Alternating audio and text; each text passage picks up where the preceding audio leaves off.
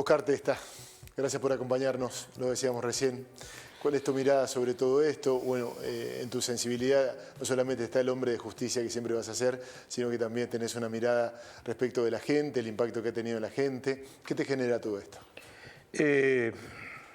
La verdad que son muchos los ángulos de análisis desde los cuales se puede valorar el veredicto que hemos conocido hoy. Y como persona de la justicia realmente hay algunas cuestiones que puedo deducirlas, digamos, pero que recién vamos a tener un conocimiento acabado de las mismas el 9 de octubre, cuando se conozcan los fundamentos de la sentencia. Hay algunas cuestiones que, insisto en esto, es decir, uno puede pensar a dónde apuntan, pero concretamente recién allí lo vamos a saber. Y eso tiene que ver con lo que es el monto de la pena, con quiénes son los funcionarios que se identificarán a los fines de poder ser investigados, cuáles son las razones por las cuales yo entiendo de que no se debe haber probado el nexo causal, por lo tanto fue absuelto del homicidio, y cuáles son las razones por las cuales se le bajó la calificación, que ese es otro detalle importante también, pese a que no se le da tanta trascendencia, de las lesiones graves de las cuales venía acusado y se la bajó a lesiones leves. Digamos, todo este tipo de cuestiones vamos a poder verlo con meridiana claridad allá en el 9 de octubre. Pero mientras tanto seguramente que ya se pueden ir haciendo algún tipo de valoración respecto de lo que hemos tenido hoy. Yo creo que la sentencia no es exagerada, la condena, creo que es acorde con el grado de peligrosidad puesto de manifiesto por Martín. Evidentemente que durante todo el tiempo en el cual estuvo en contacto con pacientes en las cuales realizó un sinnúmero de actividades, incluso con personas no enfermas, como por ejemplo cuando estuvo dando certificados médicos en el EDECOM, realmente ha expuesto a la sociedad entera a situaciones de riesgo potencial con un desparpajo absoluto, y por lo tanto yo creo que eso va a ser ha sido tenido en cuenta por el Tribunal de Mérito, que es, digamos, el Tribunal Técnico, que ha dictado o ha impuesto esta pena de 7 años. Creo que es absolutamente razonable en función de esas circunstancias. Por lo demás, estábamos escuchando recién el testimonio brindado por el abogado defensor diciendo de que va a casar porque le parece exagerado el monto. Desde el punto de vista jurídico también podemos decir que prácticamente no hay antecedentes en materia de reducción de penas por parte del Tribunal Superior de Justicia, salvo en los casos en los cuales no ha estado fundado el monto de la pena. En el caso de que la fundamentación sea suficiente y correcta, prácticamente el Tribunal Superior no interviene en la modificación de la imposición de la pena. Por lo tanto, yo creo que eso se hará en función de los objetivos que se han tenido, cuál es la protección de la sociedad ante la entidad de los delitos cometidos por Ignacio Martín, y seguramente esa pena será sostenida. Tampoco podemos ignorar que ya lleva Martín detenido 2 años y medio, claro. Está preso desde el mes de febrero del año 2021 y haciendo los cálculos matemáticos y teniendo en cuenta las características que seguramente tiene como preso, seguramente debe ser un preso ejemplar. Es más, por allí están diciendo también de que está estudiando abogacía y que ya tiene materias aprobadas, por lo cual casi con seguridad lo tendremos de colega dentro de algunos años. El mes de agosto, septiembre de 2025 ya estaría en condiciones de obtener la libertad condicional. Agosto de 2025. De 2025, exacto. En 2 años. En 2 años más, exactamente. Bien. Bueno, le quiero preguntar si a partir de lo que se resolvió hoy se va a abrir una nueva instancia y cómo va a ser eso, qué es lo que se viene ahora a partir de buscar determinar las responsabilidades de los funcionarios públicos por acción, por omisión.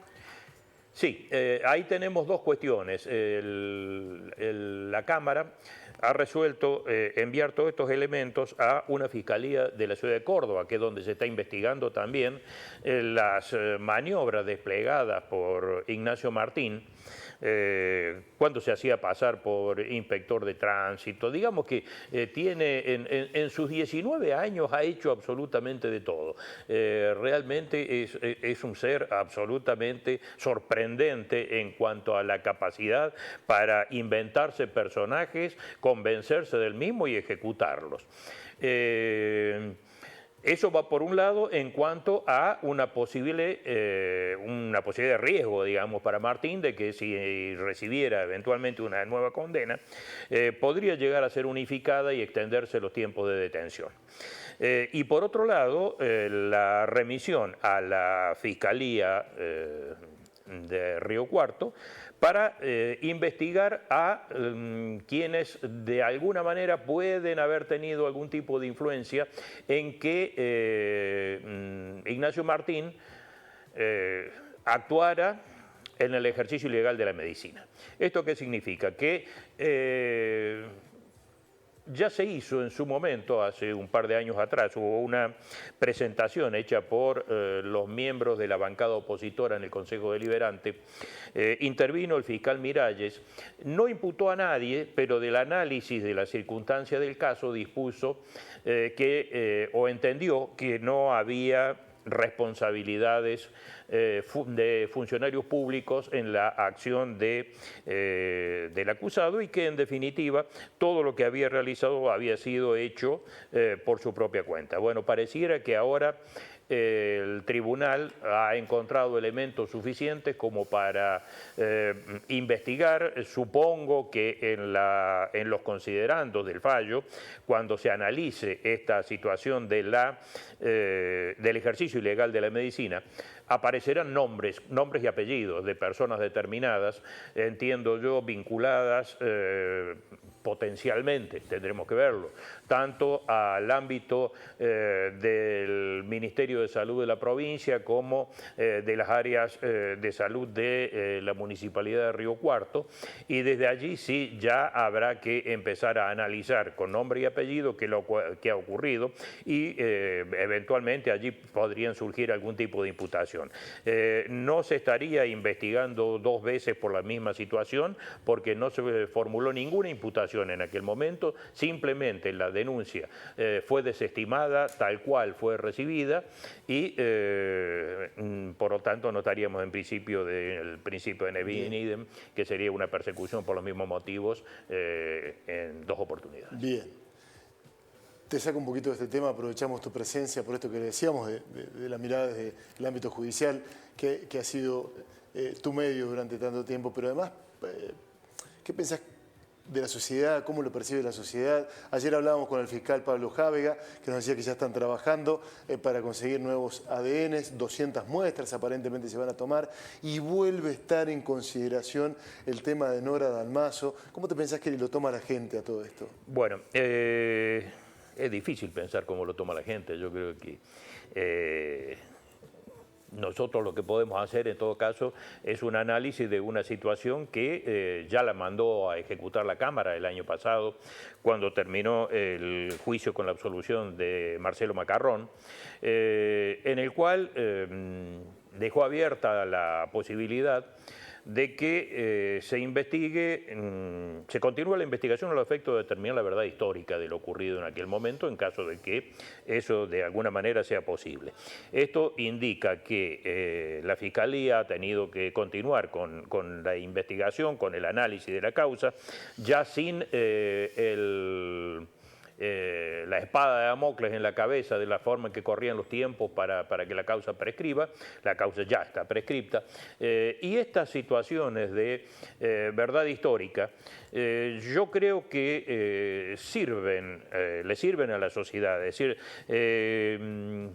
la punición de los culpables no es la única forma en que las sociedades se tranquilizan. Es más, muchas veces terminan esas puniciones con penas escandalosamente altas, como pueden llegar a ser las prisiones perpetuas, sin las posibilidades de obtener la libertad anticipada, y sin embargo la desazón en la sociedad sigue existiendo como tal.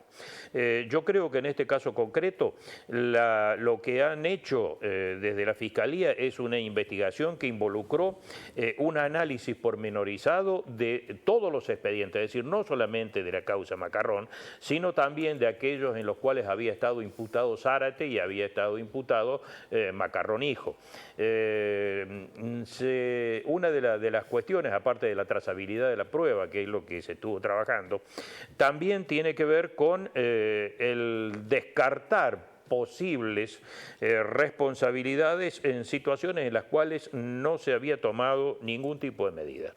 Las pruebas de ADN se habían tomado respecto de todas las personas que habían estado en la escena del crimen en su momento. Ustedes lo deben recordar también, sí, claro. Los médicos, los familiares, la persona que la encontró, etcétera. Y se había limitado a un universo relativamente pequeño de personas. Lo que se está haciendo en este momento es tomar muestras de prácticamente todas las personas que figuran de alguna manera dentro del expediente. Y allí precisamente están desde las personas que trabajaban en la obra hasta profesionales, otras personas que puntualmente han sido citadas de alguna manera y que no han tenido, que no han sido investigadas en ese terreno. Exactamente, digamos que con la libertad que permite la búsqueda de la verdad histórica, se pueden ampliar todo este tipo de espectros y tratar de obtener algún tipo de resultado. ¿Qué es lo que va a pasar? No lo sabemos, se están tomando semanalmente varios hisopados, ya hace un mes y medio que empezaron, se están mandando a Córdoba, allá demoran en el CEPROCOR aproximadamente un par de meses en llegar los primeros resultados. Yo calculo que en 15 o 20 días van a estar llegando los primeros. Gracias de nuevo, muy amable. No, por favor, muchísimas gracias a ustedes, muy a amable. disposición para cuando necesiten. Igual por acá.